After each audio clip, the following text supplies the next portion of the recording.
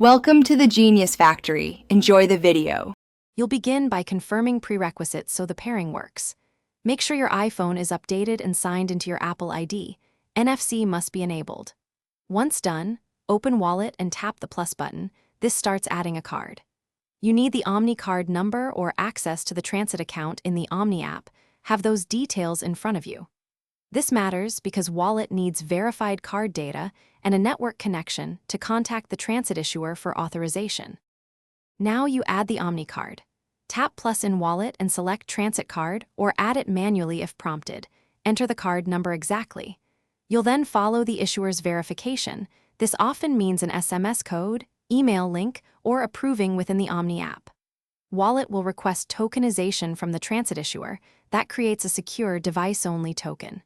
Stay on screen until it finishes, if prompted. Set the Omny card as your default Express Transit card for tap and go use.